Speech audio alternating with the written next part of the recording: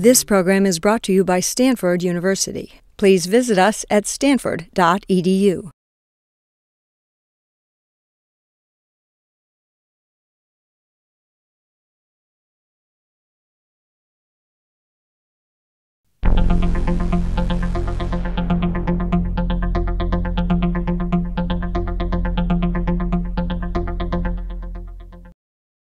This presentation is delivered by the Stanford Center for Professional Development.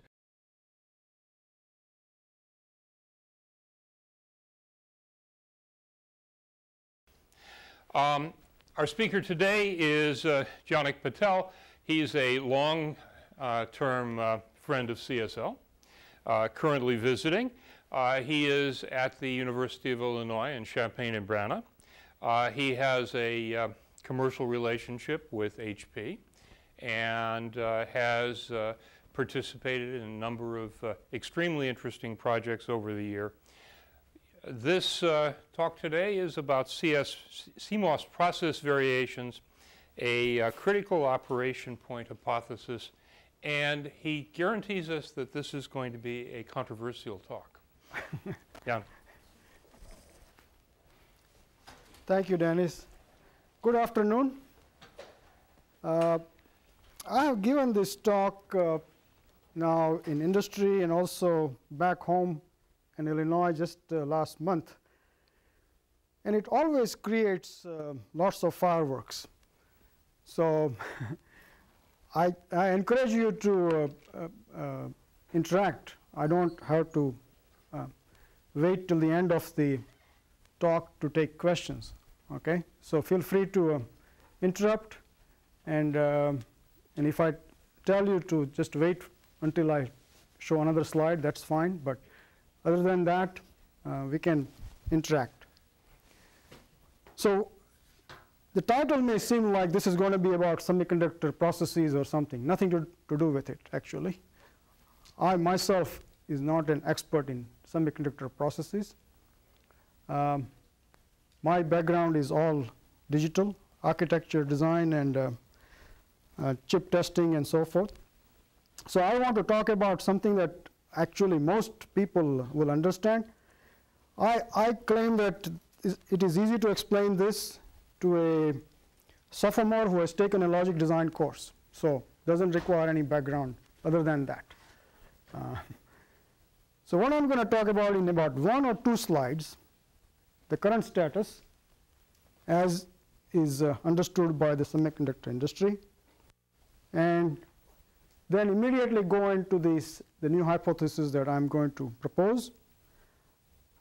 First, I will explain how I came about this hypothesis using a thought experiment, and also try to convince you that it is believable hypothesis using the thought experiment. Then I will try to disprove, trying with some real examples, physical examples, see if I can knock down this hypothesis. And that will be the only real data. But the interesting thing is that if you believe in this hypothesis, some nice things come out. Okay? And that's the last portion, which is power savings in the large data centers, where all this megawatts of energy gets consumed, you see. So let's quickly tell you what is the process variations as most prominent parameters. In the manufacturing process, people will tell you that it is the gate oxide thickness, Tox, okay? Random doping fluctuations in the channel. The oxide thickness is come in a countable layers of atoms. It is like 6 layers of atoms, 5 layers of atoms. It's that small. Similarly, random doping fluctuations, how many dopants in a channel in a CMOS transistor, that is decreasing with every generation, and now it becomes countable. Before that it was statistical, now it is countable. So that is a concern, and this in turn affects the transistor threshold Vt, which in turn affects the whole circuit behavior. okay, which is the speed of the switching, the gates, and so forth. So range of variations as of today, or even as of, I would say, last year, 2 years ago, was somewhere around this numbers: 100% VT variations across a single die, single chip, 30% speed variations across a wafer. So one wafer producing, say, 1,000 chips, you can have different speeds in the same wafer. 100% leakage variations in a wafer. Here is a chart that tells you how much variation. This is across a production line, 130 nanometer from Intel. The x-axis shows the normalized leakage in the subthreshold current, and the y-axis the normalized frequency. And this is under the same factory, the variations that exist among the production, right? That's the point. Question? 30 nanometer drawing? What is that? You say 30 nanometer? No, 130. 130. Oh. Sorry, I missed it. No, this 130 nanometer. So this is, as I said, this is the older technology. It gets worse as we get to the 65 and 45. I should say 65, but not yet 45. Now, you could use some measured process variations and do some statistical analysis. Here is a sort of a cartoon chart quickly to tell you how you can go about doing it. If you look at it, it's just distributions. From one side on the right-hand corner is how across a single chip the gate speeds vary, right? And in the middle we say actual logic circuit, you identify what is the longest path, and then you attach this distribution to this logic path and say this is the distribution of the delay on that critical path. So one path you can analyze using process parameters and statistics and so forth. What that says is that this path across million chips would have delays from here to here. That's all it will say. And then you continue this combining the statistics, and if your design has now 3,000 critical paths, then you again combine the statistics to say what is the likelihood, the worst case scenario for among these 3,000 critical paths having certain delay. So when you combine all this, you eventually come with what is known as the Fmax distribution, or maximum frequency that this chip would have. Now remember, this is the statistics across lots of chips. So if you are producing million chips, this final graph will tell you here that certain chips run at 3 gigahertz and certain chips run at 1 gigahertz out of the same production line. Okay? That's the statistic. However, it doesn't tell you anything about a single chip. So here is one chip that we can focus on. Let's pay attention. If I were a designer and if I were given this design, how would I decide the clock speed on this? This is how we go about traditionally analyzing a circuit. So here is a example of a picture of finite state machine in the usual Huffman mode, with the present state, which are flip-flops, okay, followed by the next state. In between is the next state logic, which is all combinational logic.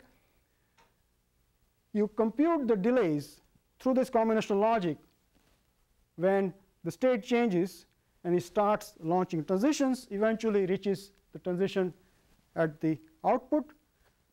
Those transitions, as long as they finish before the line that I have drawn here, we can say, and then leave some slack time or a so-called guard band or a safety margin, and that is our clock speed.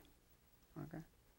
Now what is understood here is, from the designer's perspective, is that we have analyzed this circuit and we have some confidence that all the signals that are traveling settle before the clock edge rises so that everything works fine.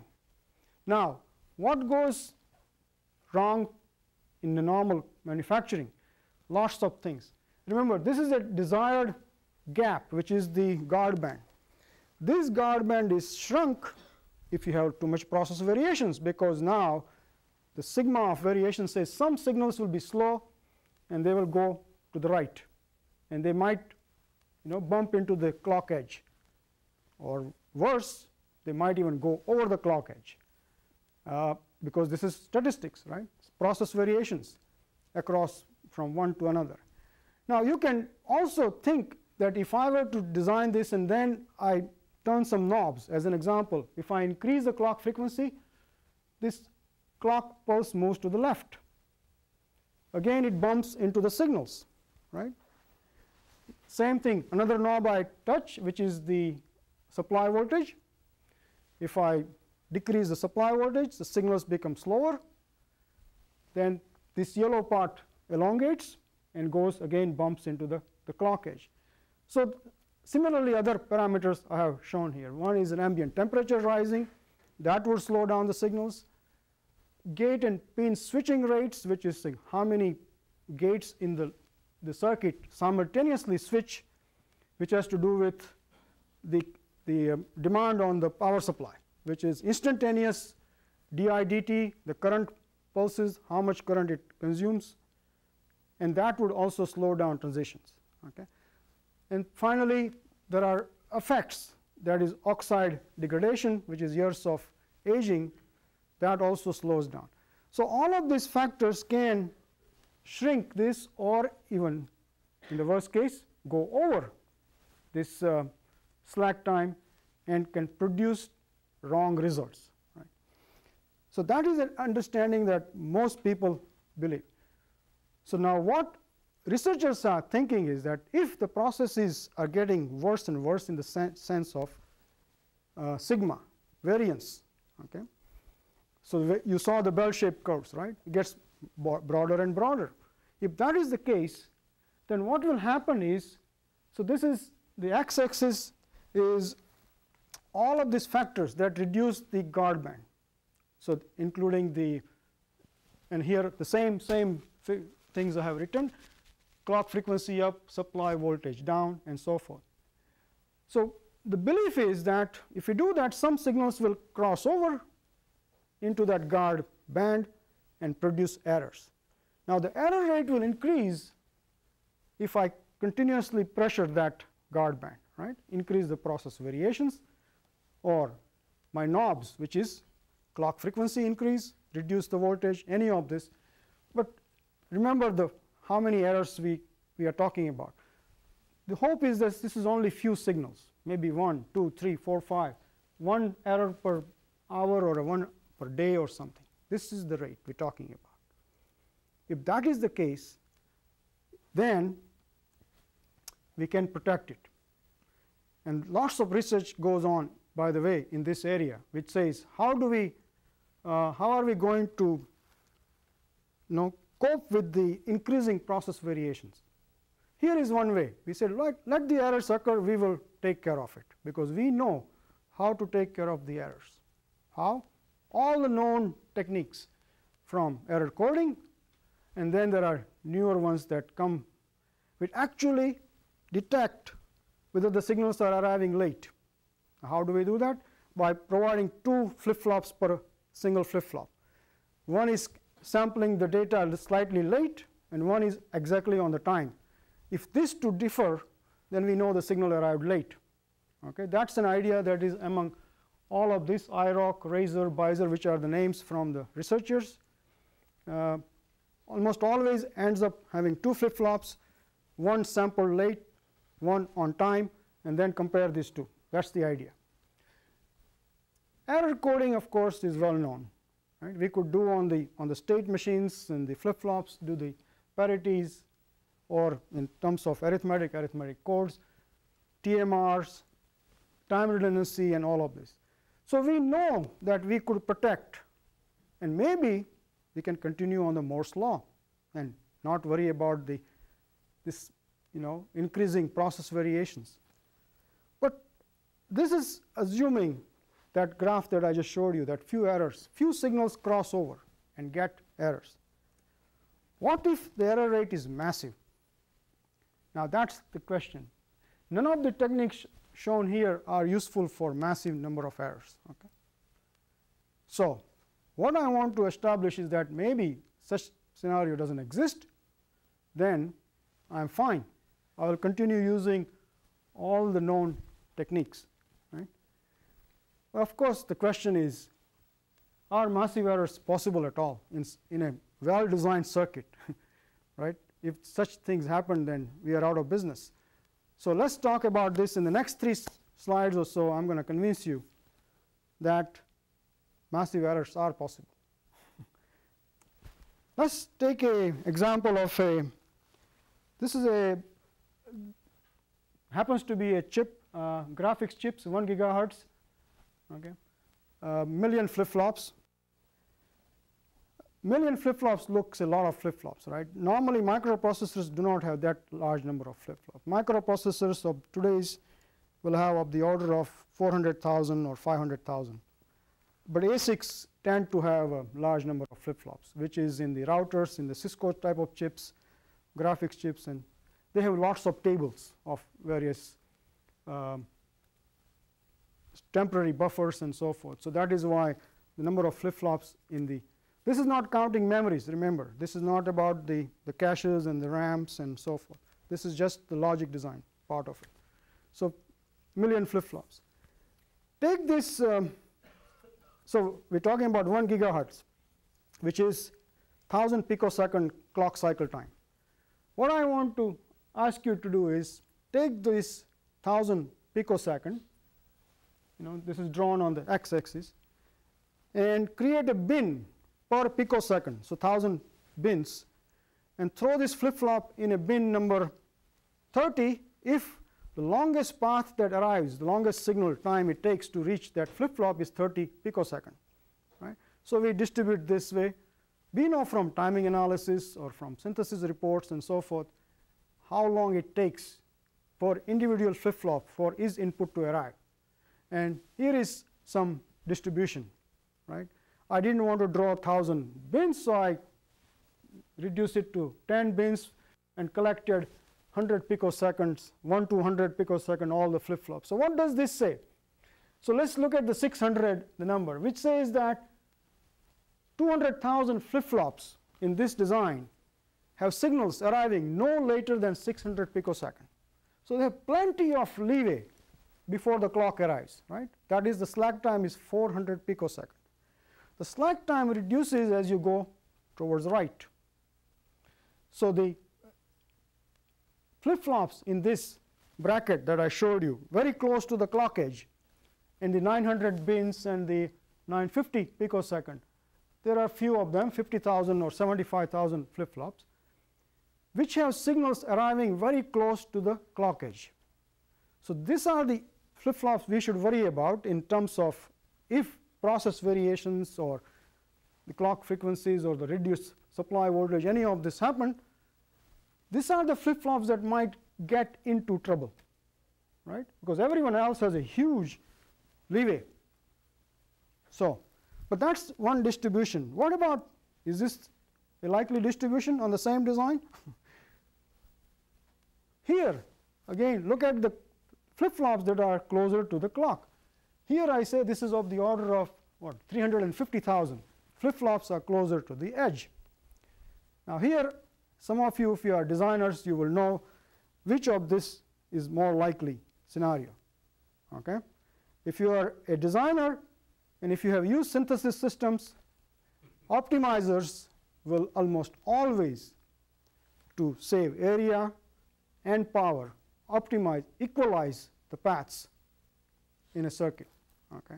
So ones that are closer to the clock edge almost always gets optimized to even push further to the clock edge.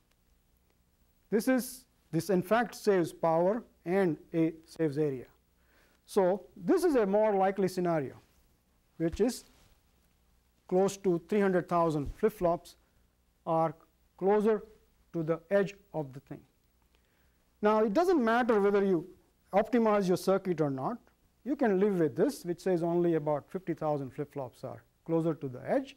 Okay, that's not important, but I wanted to get you the scale of things that are happening in today's large CMOS circuits. That's the message I want to give you. So now let's pause for a moment and ask this question.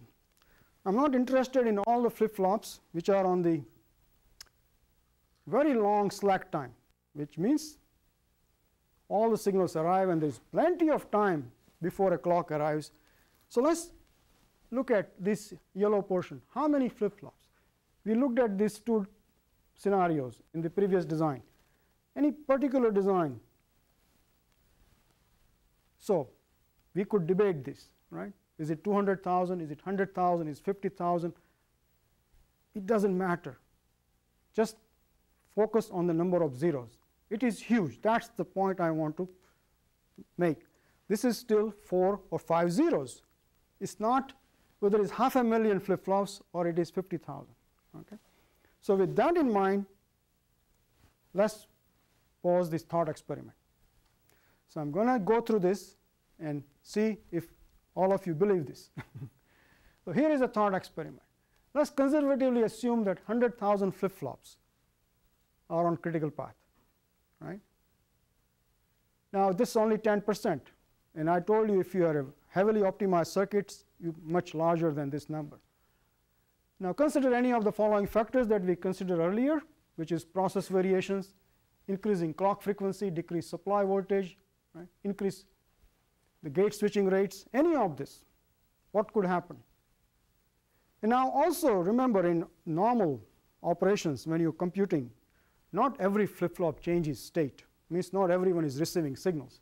So let's say about 10% of this are receiving new signals. So the 10% of the 100,000 is about 10,000 flip-flops that receive signals. Now remember, all of these are close to the clock edge. So if anything happens in terms of crossing over to the clock edge, it is in the numbers of 10,000, not 1, not 2. So we get massive number of errors, and if you just count in 1 or 2 more cycles, errors. So that's the thought experiment. Now at home, you can do your own thought experiment. Okay? Pick your own numbers. So I just again purposely threw in very small numbers, like a typical microprocessor, 400,000 flip-flops, and only 5% of this are on a critical paths, which is only 20,000 flip-flops, and only 1% of this get updated, means the signals receiving, only 1% of this. Circuits are very idle and not doing much, let's say, because you're not doing a lot of computation. So only 1% of this receive new signals. That's 200 flip-flops. What that says, in 10 consecutive cycles, you have 2,000 errors. So even if you assume very, very pessimistic numbers on the side saying I'm not doing much computation, I don't have a lot of flip-flop, I don't have many critical paths, it's still large number of errors. It's not 1 or 2, right? And you can make your own do-it-yourself thought experiment. So let's pause and say, remember, this is what is believed today. This is what large number of researchers are working on today to protect against process. But this is the reality that should happen, which says if I go on the x-axis, any of this, increase process variations, increase ambient temperature, decrease supply voltage, there are no errors until I reach a critical point, and then everything breaks loose. Right? That's the thought experiment that told me. That's what happens. You don't see 1 or 2 errors. You only see in massive number of errors. Now, question? Yes? You're assuming that all the 10,000 critical flops will actually have so much variation that they'll all receive error, they'll all be having error inputs or incorrect inputs. But even that will have a distribution, right, among those 10,000 flops. I mean, not all the 10,000 flops will get the incorrect flop because of the process. Okay, the comment here is, if other people did not outside hear this, is that even if the 10,000 flip-flops are receiving, which are close to the critical edge, wouldn't there be some variations among them? Yes, absolutely. So you might say, is there a knee in that thing, the slight rounded corner? Now remember the y-axis, though, both cases. This is errors per hour or day 1. This is 10 to the 4 errors per cycle. So even if there was a knee, it is still in tens, hundreds, and so forth. So the variations in one cycle, next cycle will be another 1,000, right? Is also there is variations from cycle to cycle. So when we collectively take about 10, 20 cycles, it always ends up having lots and lots of errors. That's the point. Okay? Now, you don't have to believe it. That's why we need to do physical experiments to see which of this picture is the correct picture. You see? Yes, question. The horizontal red line on the graph on the right side. Yeah. Definitely 0? Or 0, definitely 0. Not as That means related to these parameters, okay? Not the soft errors from radiations and so forth. This is the controllable parameters. If I increase the frequency or decrease the voltage, increase gate switching, any of this, we said 0 errors. So my point is either we get lots of errors or no errors. Now you could design a circuit with only one critical path, and that will produce the first error, yes. But that's not a practically good design, okay? Because it's very lopsided design that was not optimized. So we are talking about normal production, which is optimized for power, for area, and so forth designs. So it's easy to violate this by purposely designing bad designs. Remember that. I don't say this is a theorem, right? This hypothesis is about what is happening in the large practical designs of today. And what is the design style today, which is optimization for area and power, almost always. So that's where this leads to. So let's see if we can, in fact, experiment on this. So I'm going to talk about that. First, let's re-emphasize the words for this hypothesis, what it says. Okay, I'm going to just read it, and then we will go through the physical experiment. So in large CMOS circuit, there exists a critical operating frequency, Fc, and critical voltage Vc for a fixed ambient temperature T, such that any frequency above that, critical frequency, massive errors occur. Any voltage below, massive errors occur. Right? An important thing, as we just mentioned, below those frequency, there are no process-related errors. Okay? There may be other errors, but not process. There may be design errors, there may be other things, but not, or a defect in the single defects in the chip, random defects in the manufacturing, but not process-related errors. Right? In practice, Fc, Vc are actually not single points because it's hard to get a single T in a real life. So what happens is, if I were to do an experiment to find this frequency, like on this, sometime I end up with another point. Next day, if I do experiment, I get another point. Why? Temperature is the least controllable entity in a big chips. And if you see the thermal maps of a chip, you'll all over the place. So that variations, within that variations of what you can control, it's a range. The practical Fc, Vc is a range. But still, at any point, there are no 1 or 2 errors. It's either working perfectly or it's not working. Okay? That's the point. So let's try to disprove this hypothesis, because I know it's uncomfortable to believe this, since there's lots of money has been spent on the other side of the curve, where lots of research funding has been occurring and lots of promises have been made to the industry that we can handle the process variations by doing this. And now I'm saying, no, you can't do that.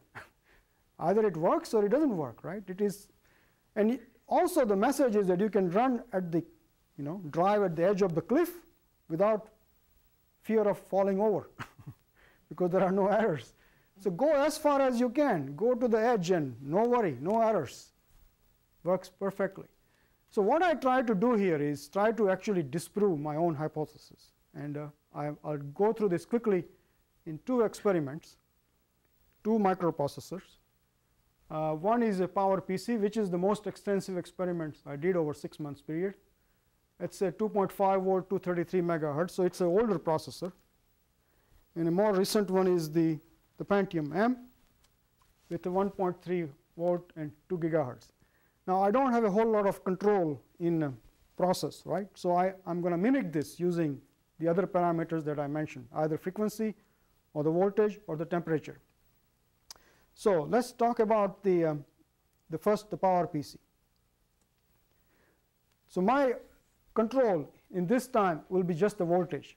So what I will do is I'm going to take the specified voltage, which is 2.5 on the power PC, and reduce it gradually by very small steps, and see if I can observe any errors, like here, hours or per day or something, or to the right side, which says there are no errors, and eventually everything breaks down, right? This too should be easy to observe. So let's do that. And I deliberately want to measure every possible error, so I wrote a program to capture errors in every function unit. So this is the summary of that, which says this is a 233 2.5 volt power supply, and we used a extremely precise power supply on this processor, which is in the units of 10 millivolts, and a very stable power supply. So there was no there is no question that was the problem, right? Now 10 millivolts steps, very tiny steps. And also we use, because we didn't have a thermal controlled oven or something, so we just use a hair dryer and raise the temperature above 100 degrees Celsius of this chip. And also wrote the program that would maximize the execution rate. That means I'm trying to do every function unit do something. Floating point units, the integer units, the branch prediction units, doing something, and doing lots and lots of computation so that most cycles are utilized. My goal was to increase the gate switching rates. Now that also has an indirect effect of slowing down the signals because of DIDT and IR drops in the power supply and so forth. So, but the most important thing that it was not doing anything useful computation. All I was doing was checking for errors. So I will say 3 plus 7, is it 10? I knew the answer was 10, so I just compare with 10, right? That's what I was doing. Not a useful computation, but checking for errors that would have occurred if the graph that I showed you were increasing in error. So let's do that.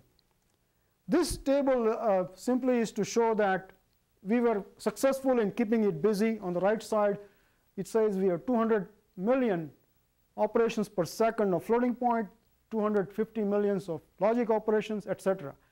for a 233 megahertz processor, which says almost every cycle was well utilized. That was the goal. Here are the results. Yes? Running on some kind of an operating system? Or There was a real-time operating system. Wind River operating system was used. This machine was used for a controller. And how often does the machine just completely crash or do something? That's the data I'm showing you. That's the experiment data. So what I did is I reduced the voltage, as I said, 2.5 volts in steps of 1/100th of a volt. And every time I reduce it, I will run this program over and over and over again, you see, which is exercising all the time. And I run for many hours to see if any errors occur. And nothing happens, so I reduce another step.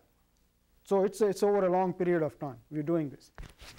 Eventually, when I reached 2.10 in the first, there were 4 different distinct boards, reach 2.10, either the system completely hangs or crashes, right?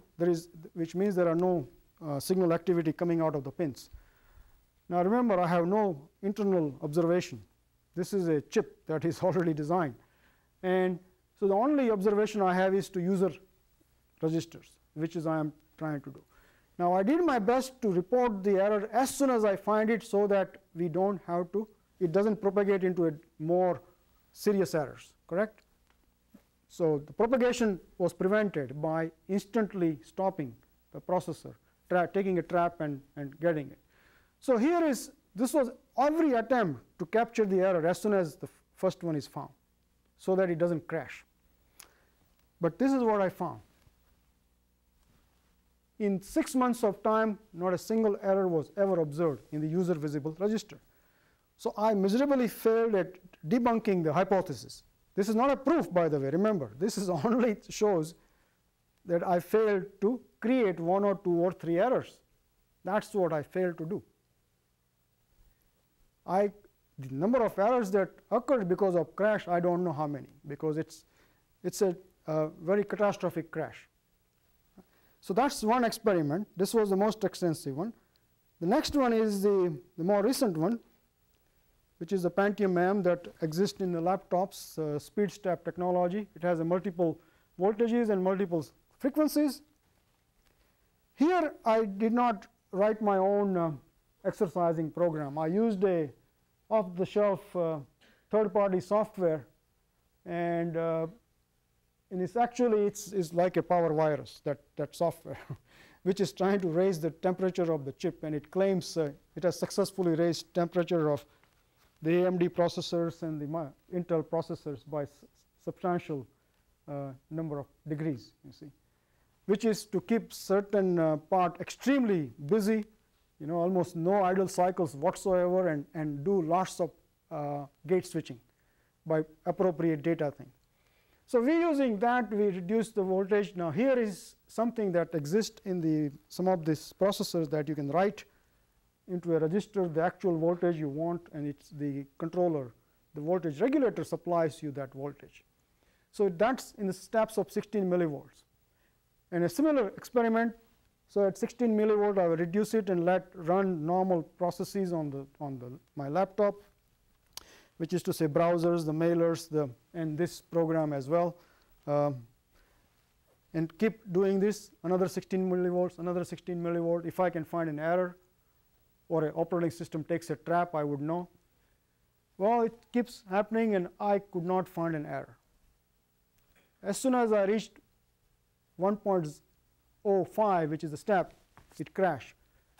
Crashed means complete crash, right? There is no communication with the operating system. It is a complete reboot. Again, here I failed to find 1 or 2 or 3 or 4 or 5 errors that would have taken a trap, and I could have continued executing or something. But no, it's a massive number of errors. That's my speculation, right? And we did it for all those frequencies, from 2 gigahertz all the way down to, so here is that 10 different frequencies, 2 gigahertz, 1.86, this is the frequencies that were written in the table of that processor. And the taller graph is what was specified in the original, the core processor, the voltages. And the blue bar shows the critical voltage that I obtained by experimentally trial and error. Okay? So each of these cases. Now normally what happens is you take the maximum frequency and the maximum voltage and the minimum, which is 800 megahertz, and the minimum voltage of 0.7, and you draw a straight line, and in between you just interpolate the voltages. This is how often it is done, because the actual graph is concave, so there is no danger in doing that. Okay? So you are actually getting slightly higher voltage than necessary, but that's fine. But I did the VC computation by trial and error myself, so I did not do a straight line. I did exact failures whenever it occurred. So I did get a concave graph. In other words, I computed VC for every frequency individually. Okay? There was no extrapolation. But the message is no errors ever. And the other message is that even though I'm operating at the very edge of the crash, it never crashes at that point, right? Only if I reduce it by next step it crashes. So it's not like 3 days later something happens and it starts getting errors. So it's very stable. That's the graph I wanted to show you. That is 0, and then it's sudden. So that's why it is critical operating point. It is not a gradual point. So of course, I know some of you have questions about this experiment, saying, oh, you can't see inside. Yes, I know I can't see inside what is happening, how the errors are occurring. But we can try our best to at least debunk the hypothesis. There is no way to prove it. Okay? You can't prove it, really. As I said, you can always bad design and disprove it completely. So here is the observation. Yes, I cannot observe everything happening in a chip, because more and more fewer and fewer registers are user visible in modern processors. The state is increasing. If you plot from on Intel processors from, let's say, last 10 years, and you say, what is the user visible state and what is the architecture state? It grows. Architecture state grows, but the user visible state is more or less constant, you see. So that means the invisible state is growing constantly. And the things I pointed out here, right? All of that. So which I cannot see. I can only see indirectly. In other words, what is the effect on the program, on the computation? So it's a very indirect observation. But my speculation is that you see that because even if you get 100 or 1,000 errors, it doesn't need tens of thousands of errors. Anywhere in control or data in a single cycle, it is a crash. There is no way of operating system finding a trap and stopping things and recovering and so forth. It's impossible. It just overwhelms the intelligence of the control circuitry. Personal remarks. CMOS technology, this is where you will find some disagreement, is robust now and will continue to be for the foreseeable future. Now, this is my reasons why. Process variation related errors, if any, must be massive. So if that's the case, no industry can survive with massive errors, right? You go out of business. So you must either find a solution on the process variation such that it doesn't have massive errors, which is to say process variation must remain bounded within reason, okay, within reasonable limits. You can't say, oh, the next generation will have more process variations and there will be more errors and so forth. There is no such scenario. It's either working or not working. There is no in between. And fortunately, the data even from the fab people shows that no, it's not that bad. So Moore's law continues. Here is a paper from Intel, 45 nanometer with a new material, hafnium and high K and metal gate structures, actually has lower random dopant fluctuations and T oxide, this is the sigma, lower sigma than the 65 nanometer. Okay? So it's better than the 65 nano in terms of sigma of T ox. So, and you can go and refer to that. So I think that is what has to happen, because if it doesn't happen, we people who do in error coding and so forth are not going to protect it, because you cannot protect thousands of errors which happen every cycle. It's be too costly to do that, to provide duplicated flip-flops over a million flip-flops. Okay? So that's a very unlikely scenario. So you must solve this at the process level and not at the system level or from the register level. But there is a nice thing about it. If you believe in this hypothesis, actually, there is a good thing. And here is what we can do. Actually, let's exploit this fact. If you believe in this hypothesis, it says, go to the edge of the cliff without worrying. There is no reason to stay far away from the edge of the cliff. Just go close to the edge and operate there, and no problem will occur, because you will know if you go over the edge. Right? There is no gradual slope there. It's all or nothing.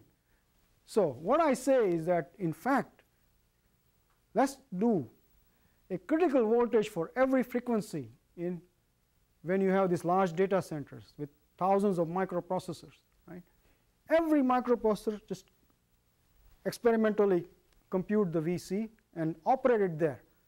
Today they wouldn't do it because they worry that errors might increase, because of the belief that when you are closer to that, the errors increase. But there should not be such fear. Either it works or it doesn't work, as I said.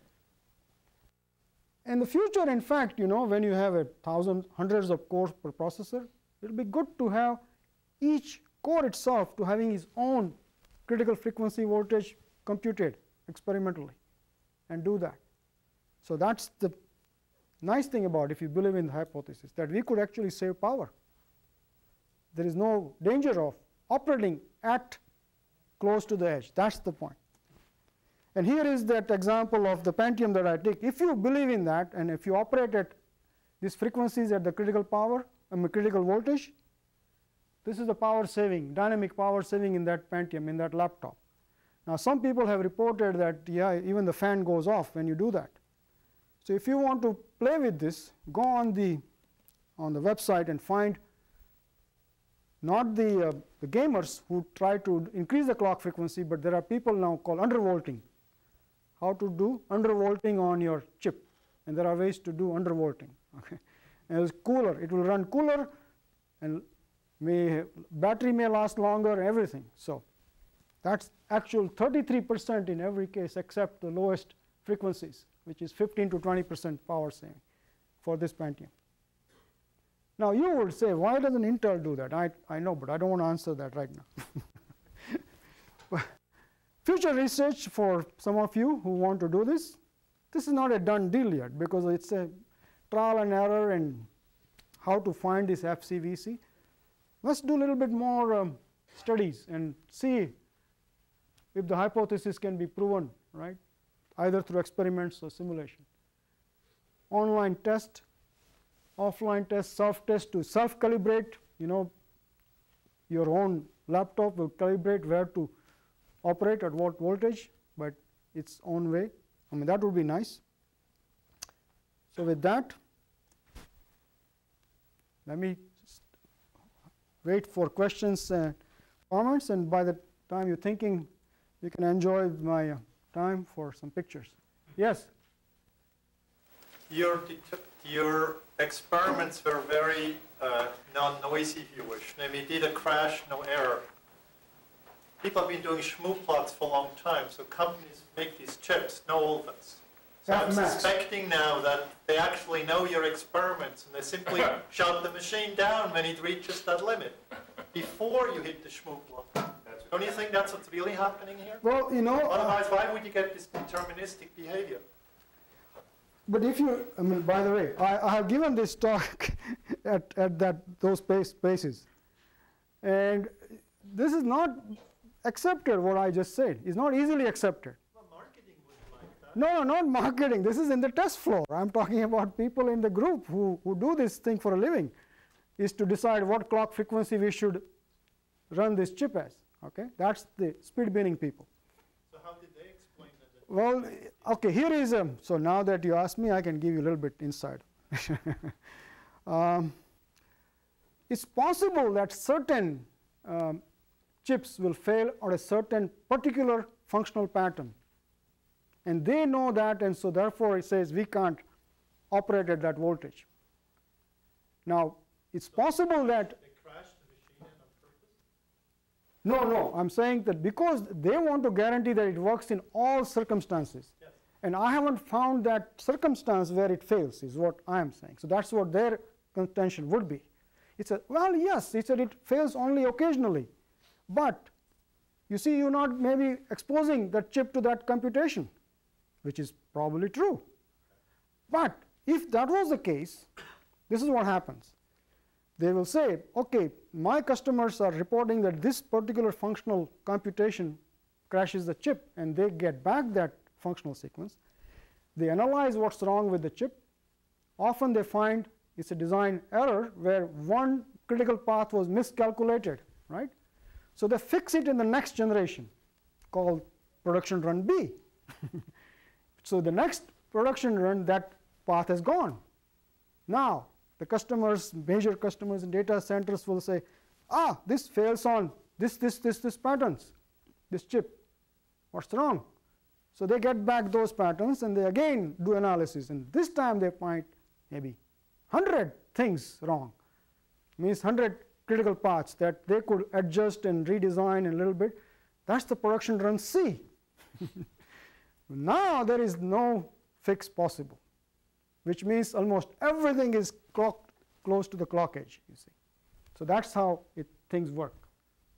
That would answer maybe. So yes, it's possible that my experiment doesn't show that it fails on a particular pattern. Yes, I agree. But maybe then it may be acceptable to us if we don't get to that computation in once a year maybe, right? That's the one one failure per year. But they would not let that happen as a supplier. But I as a consumer can tolerate it, is what I am saying. So if I had my own laptop, and Intel knows that it would not run at this voltage, but I could run it because I don't do this computation, why not? Yes? Well, you said that the synthesis tools will maximize the number of critical paths.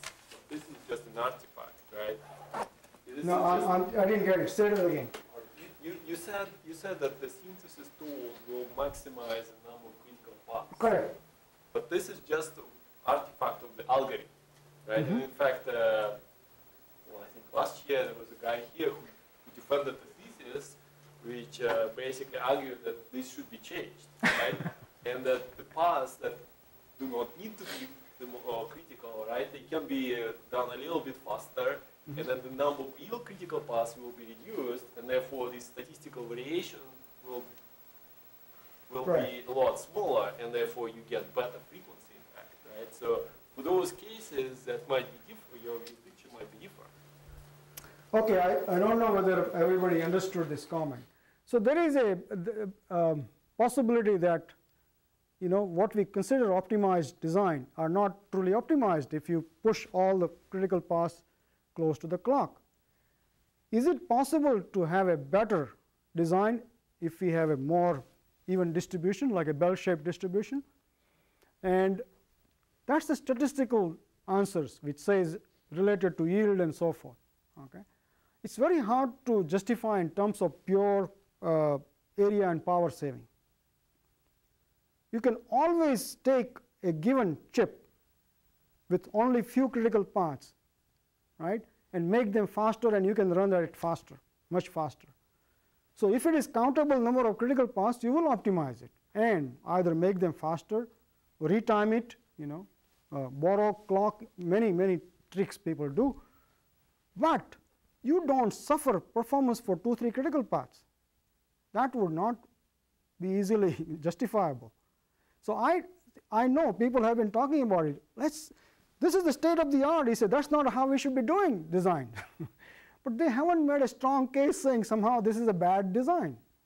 Because I have saved power, I have increased the frequency. How can I say I have?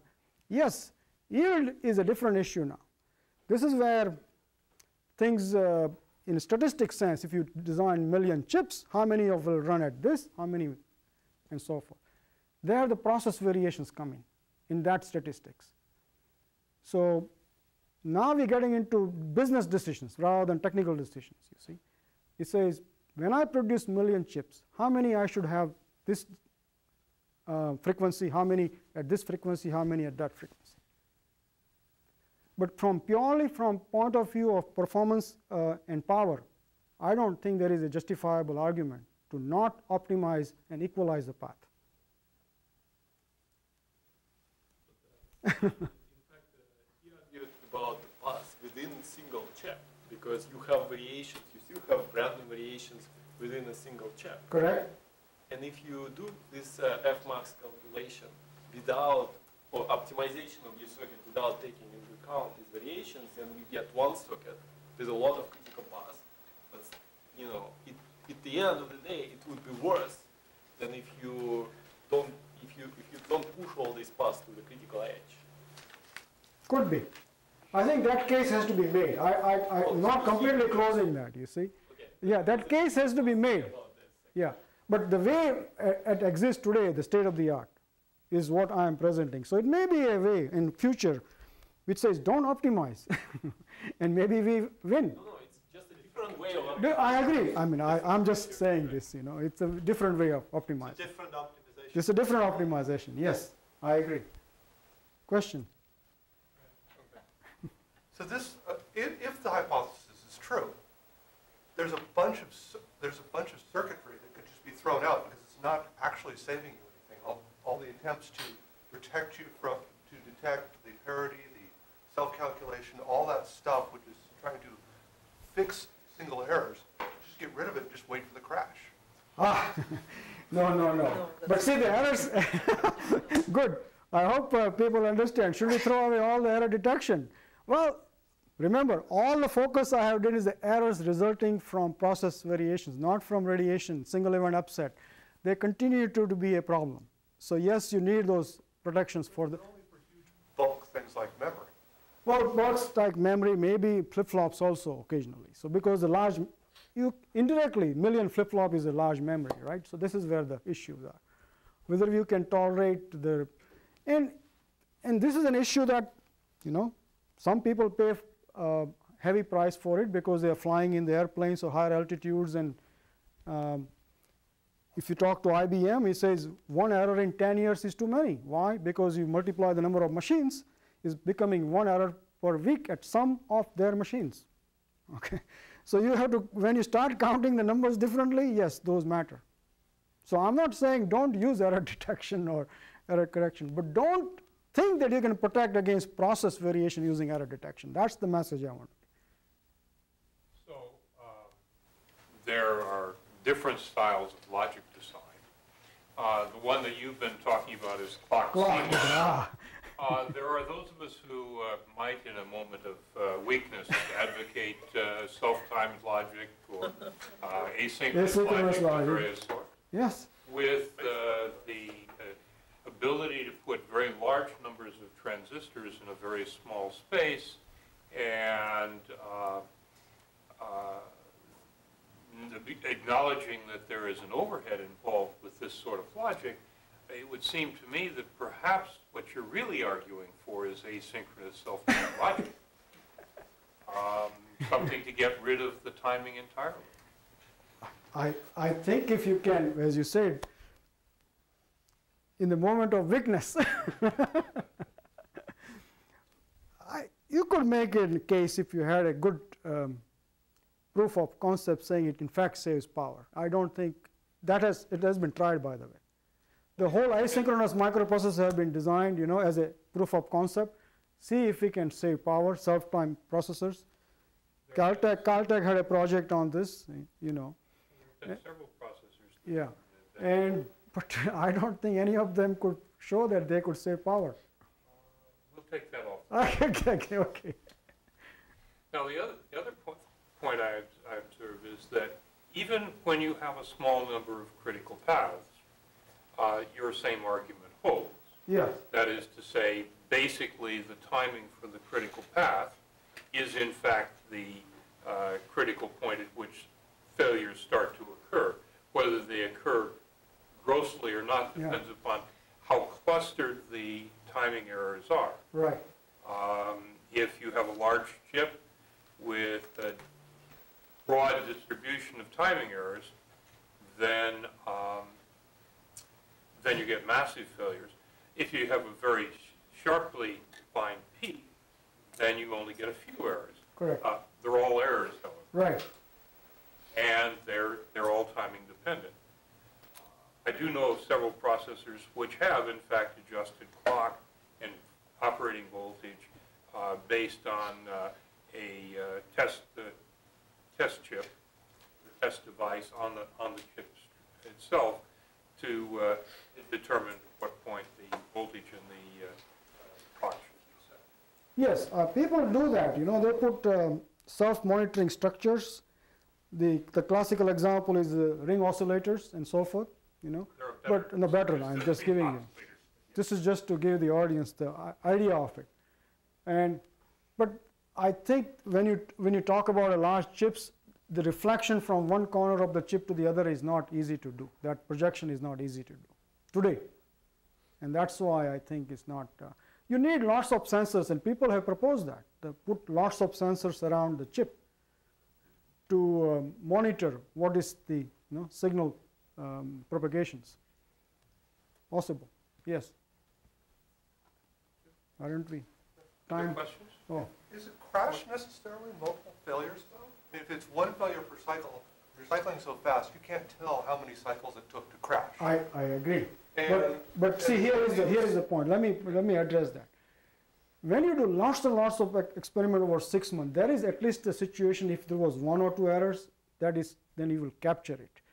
Because there is an illegal instruction, there will be a trap, There are many situations where operating system does capture that portion of it, okay, without the propagation occurring.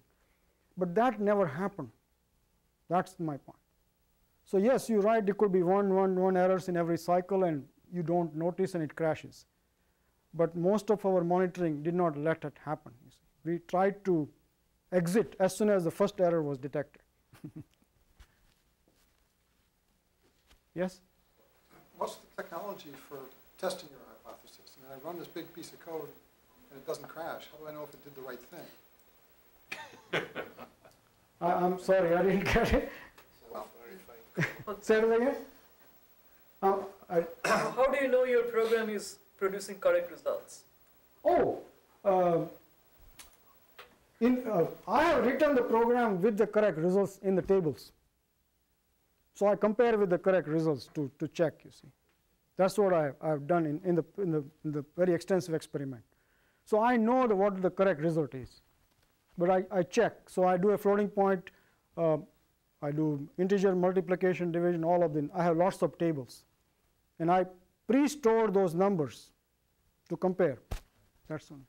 So can you get the diagnostics that the manufacturer uses and run those?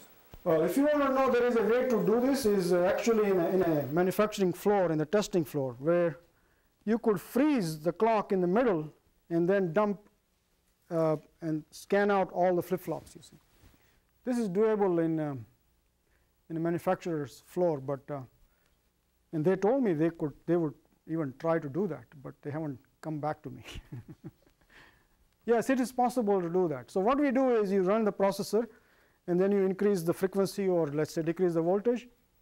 And if you know at point where it failed, you can redo it and dump and stop the clock at that point.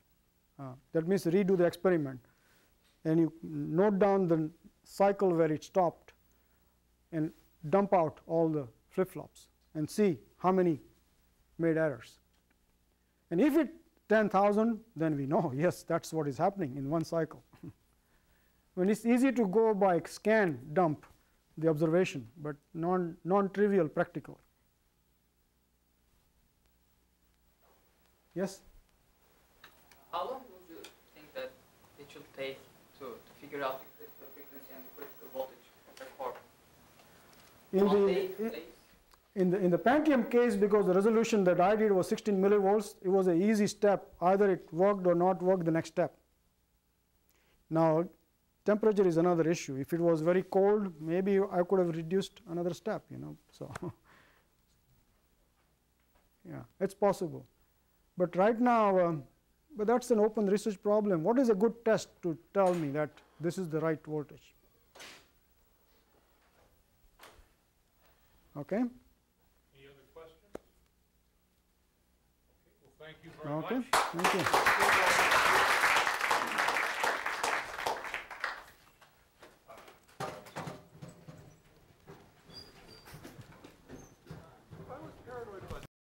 For information on other online Stanford seminars and courses, please visit study.stanford.edu.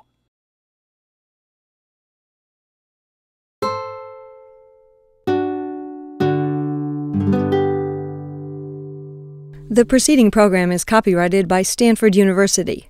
Please visit us at stanford.edu.